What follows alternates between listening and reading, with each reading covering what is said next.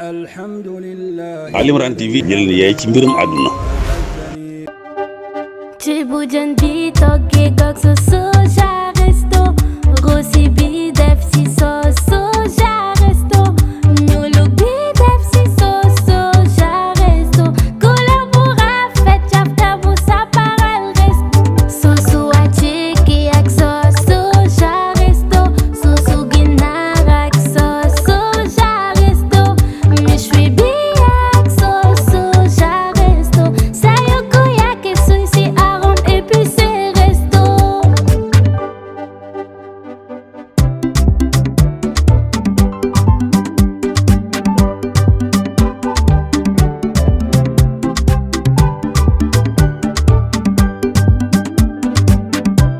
Resto, soo commencé dootoo ko bàyyi.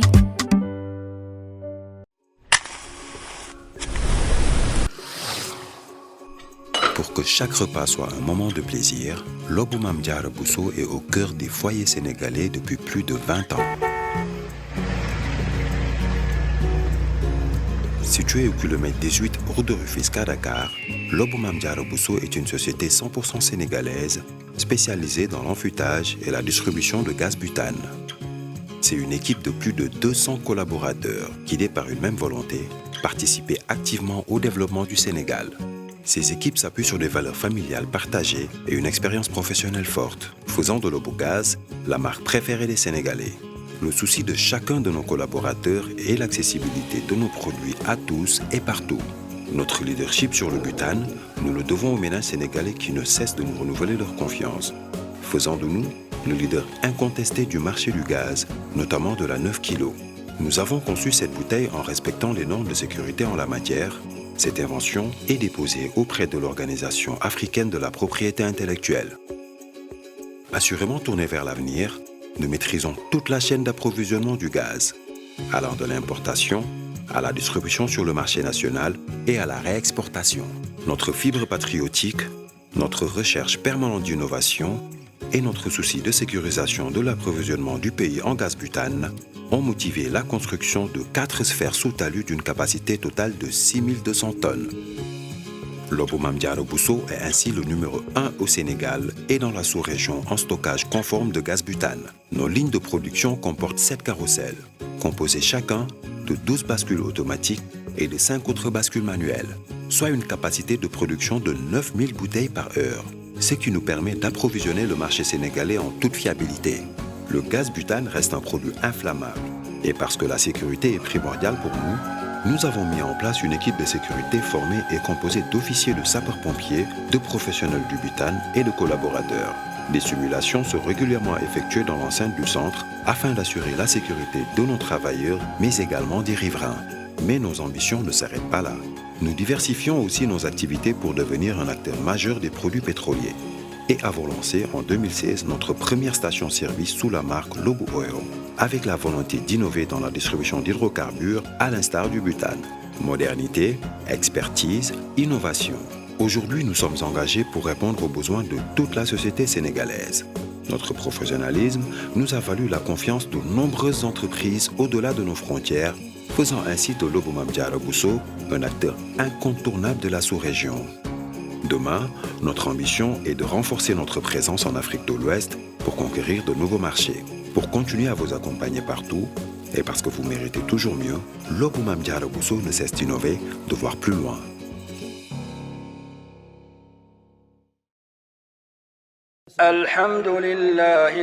الحمد لله الذي أغناني وأعزني بتلا. yéen ñi bëgg di jot waxtaan yi ak vidéo yi nga xam ne mooy am ci Ali Imran TV da ngeen di bës fii nga xam ne moom lañ bind s'abonné ba noppi bañ a fàtte laal kolos bi. Ali Imran TV mooy chaîne bi nga xam ne moo leen di jàngal seen diine jël leen yaay ci mbirum àdduna. alhamdulillah wasalaatu wasalaamu ala ashrafi al anbiyaai wa imaami al mursalin. assalaamu aleykum wa rahmatullahi wa barakaatu.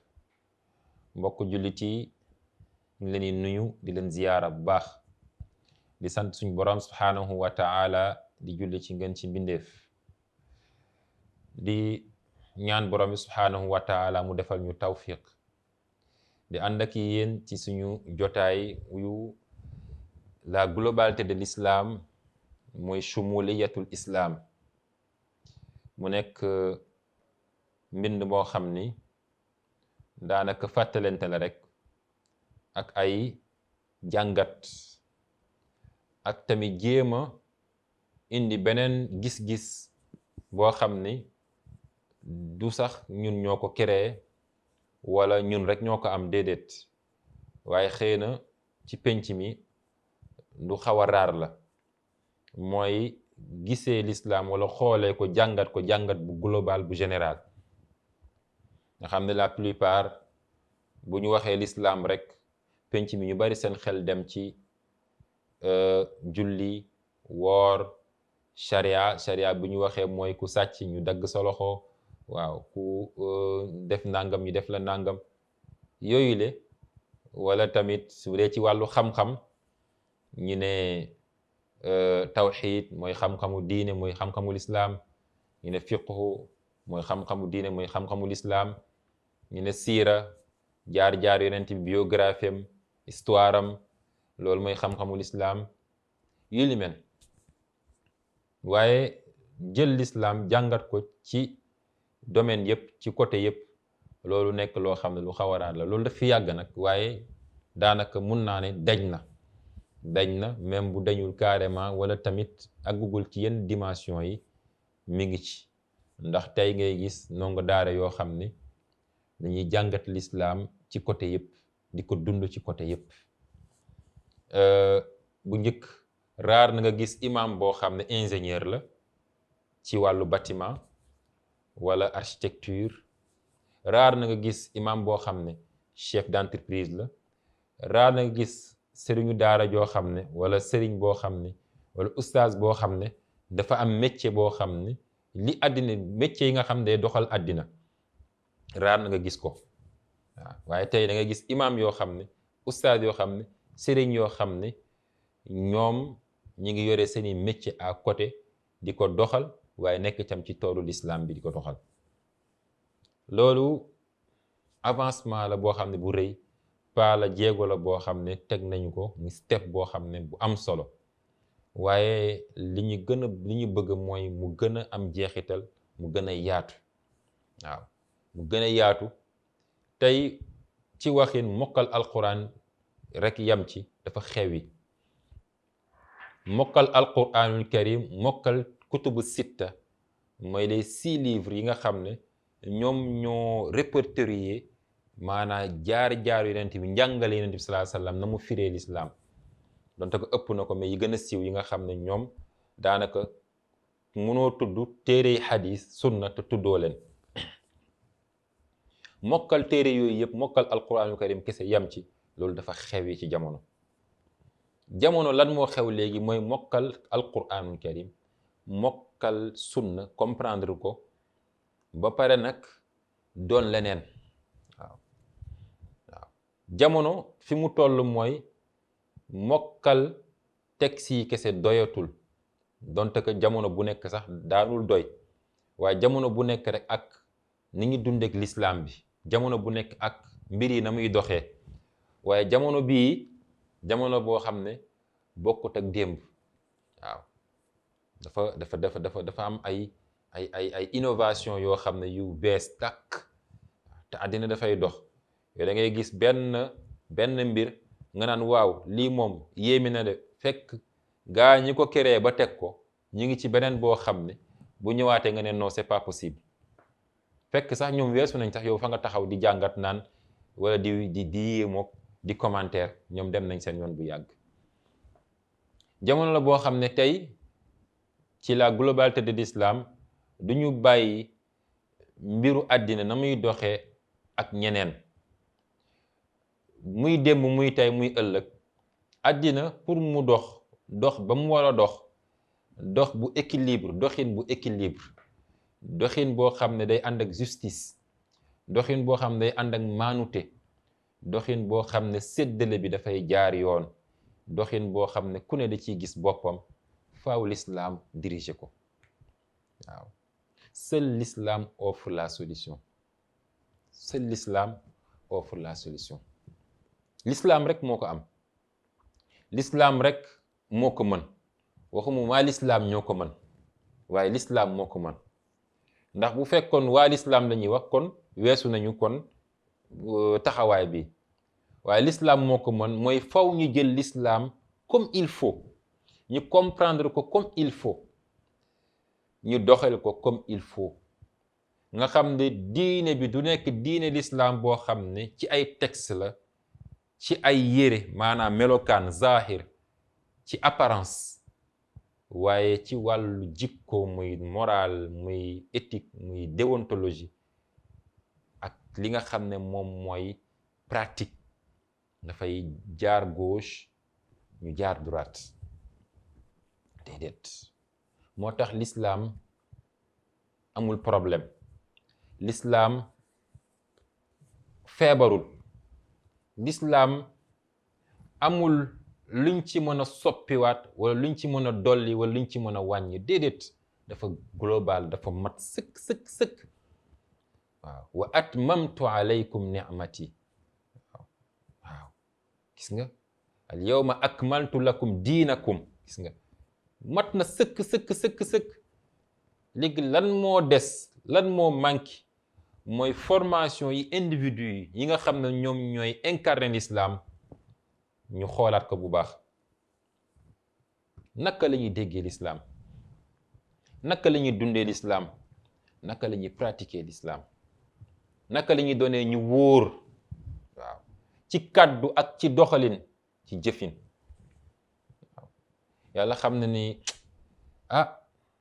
doy na waar de, jamono bi ñuy dund nii, fa ñu toll nii, c'est compliqué, très compliqué même. li tax mu compliqué mooy ñun ñiy waxal l'islam dañoo feebar boo xam ni, wala ay feebar ay jàngoro yoo xam ni, non, c'est compliqué. waaw léegi bu fekkee hôpital yi ñu yaakaar pour faju, clinique yi ñu yaakaar pour faju, centre de santé yi ñu yaakaar pour faju, ñi fa nekk dañoo feebar. waaw léegi ban malade mooy dem jox leen seen bopp? yow docteur bi nga yaakaar ne boo ñëwee mu consulter la nga fekk mu tëdd feebar, ñu sampal ko ay bouteilles, munul jóg, munul def dara. wala mu feebaru xam-xam, feebaru compétence, nga xam ne xamul naka la ñuy opérer, jàngut, wala bu jàngee xamul dara ci li mu jàng. waaw léegi nooy def?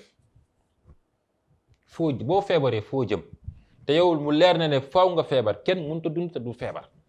waaw noonu la mel ci ñii nga xam ne ñoom ñooy rek kàddu diine ji tey. léegi ñun bu ñu feebaree, ñun kan la ñuy faj?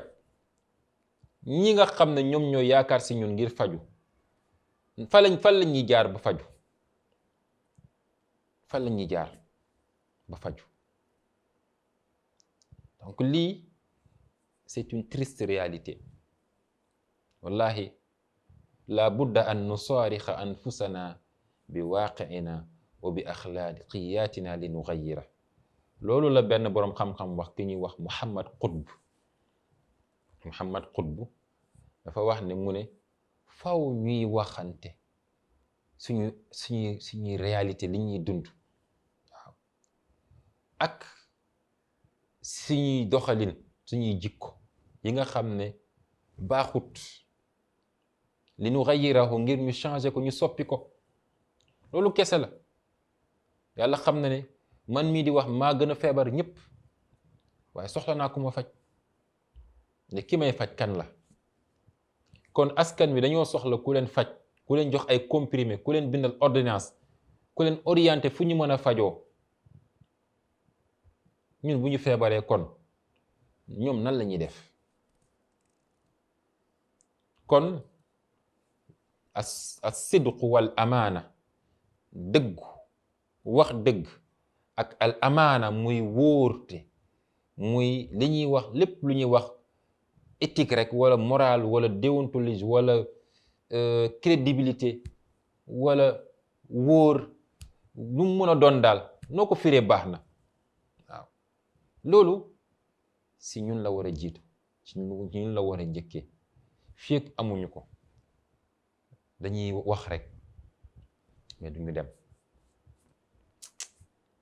parce que yenent bi ci loolu la liggéeyee réaliser amalee li nga xam ne moom la amal. bu nekkoon koo xam ne amul critères yooyu, caractéristiques yooyu dajewul ci moom, boobaa kon yàlla xam na ne du dem fenn. message am dafay am échec, dafay échouer, dafay am lu ci taq loo xam ne dañ ko fay jamee ba impact bi mu waroon a am ci jamonoom ak ci àddina ak ci jamono yépp kon du ko am fu mu koy jëlee. kon nag mënuñoo tabax diine, mënuñoo taxawal diine te comprendre ñu ko, doxalee wuñ ko, amuñu jikko yi nga xam ne wala ci jikko yi nga xam ne ki ko indi démb, ki ko yàlla joxoon démb, ki tabax l'islam bi démb, ki ko réaliser démb amuñu ko.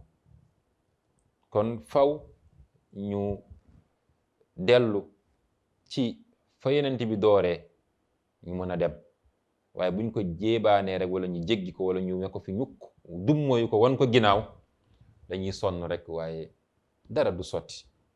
fii kabaden rek lay doon boo xam ne du am benn njëriñ, coono boo xam ne effort boo xam ne du am benn meññeent, benn fruit boo xam ne yusminu wa yusqi min juu, duñ ko mën a am. kon mbokk yi loolu mooy li nga xam ne moom la ñu bëggoon junj tey ci la globalité de l'islam. ñu ubbi suñu bët yi, ubbi suñu xel yi, ubbi mboolem li nga xam ne ay utile yu ñu yàlla jox ngir ñu mën koo gëstoo suñu àddina bi ak suñu ëllëg muy àllaaxira, ngir ñu mën a jëriñ suñu bopp, jëriñ suñuy mbokk, waaye jëriñ àddina bi yépp.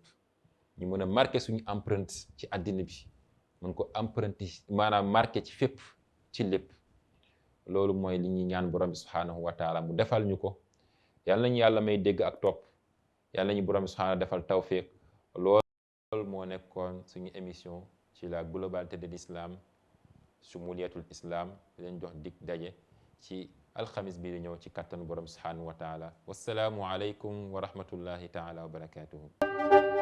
Ceebu-jën bi toggee gog sa soja resto, rosi bi def si sos soja resto, ñulug bi def si sos soja resto, couleur bu rafet cafka bu saparal resto, sosu wàcce ak sos soja resto, sosu ginaar ak sos soja resto, méchoui bi ak sos soja resto, sayoko yake suy si arôme épicé resto.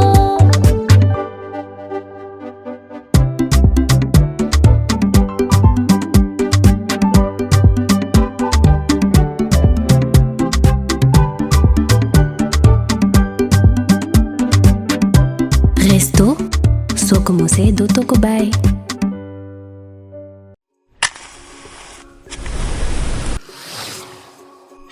Pour que chaque repas soit un moment de plaisir, Lobou Mame Diarra Bousso est au cœur des foyers sénégalais depuis plus de 20 ans. Situé au kilomètre 18 route de Rufisque à Dakar, Lobou Mame Diarra Bousso est une société 100% sénégalaise spécialisée dans l'enfûtage et la distribution de gaz butane. C'est une équipe de plus de 200 collaborateurs guidés par une même volonté, participer activement au développement du Sénégal. Ces équipes s'appuient sur des valeurs familiales partagées et une expérience professionnelle forte, faisant de Lobogaz la marque préférée des Sénégalais. Le souci de chacun de nos collaborateurs est l'accessibilité de nos produits à tous et partout. Notre leadership sur le butane, nous le devons aux ménages sénégalais qui ne cessent de nous renouveler leur confiance, faisant de nous le leader incontesté du marché du gaz, notamment de la 9 kg. Nous avons conçu cette bouteille en respectant les normes de sécurité en la matière. Cette invention est déposée auprès de l'Organisation africaine de la propriété intellectuelle. Assurément tournée vers l'avenir, nous maîtrisons toute la chaîne d'approvisionnement du gaz, allant de l'importation à la distribution sur le marché national et à la réexportation. Notre fibre patriotique, notre recherche permanente d'innovation et notre souci de sécurisation de l'approvisionnement du pays en gaz butane ont motivé la construction de 4 sphères sous talus d'une capacité totale de 6200 tonnes. Lobou Mame Diarra Bousso est ainsi le numéro 1 au Sénégal et dans la sous-région en stockage conforme de gaz butane. Nos lignes de production comportent 7 carrousels, composés chacun de 12 bascules automatiques et de 5 autres bascules manuelles, soit une capacité de production de 9000 bouteilles par heure, ce qui nous permet d'approvisionner le marché sénégalais en toute fiabilité. Le gaz butane reste un produit inflammable et parce que la sécurité est primordiale pour nous avons mis en place une équipe de sécurité formée et composée d'officiers de sapeurs-pompiers, de professionnels du butane et de collaborateurs. Des simulations sont régulièrement effectuées dans l'enceinte du centre afin d'assurer la sécurité de nos travailleurs, mais également des riverains. Mais nos ambitions ne s'arrêtent pas là. Nous diversifions aussi nos activités pour devenir un acteur majeur des produits pétroliers et avons lancé en 2016 notre première station-service sous la marque Lobou Oil, avec la volonté d'innover dans la distribution d'hydrocarbures à l'instar du butane. Modernité, expertise, innovation. Aujourd'hui, nous sommes engagés pour répondre aux besoins de toute la société sénégalaise. Notre professionnalisme nous a valu la confiance de nombreuses entreprises au-delà de nos frontières, faisant ainsi de Lobou Mame Diarra Bousso un acteur incontournable de la sous-région. Demain, notre ambition est de renforcer notre présence en Afrique de l'Ouest pour conquérir de nouveaux marchés. Pour continuer à vous accompagner partout, et parce que vous méritez toujours mieux, Lobou Mame Diarra Bousso ne cesse d'innover, de voir plus loin.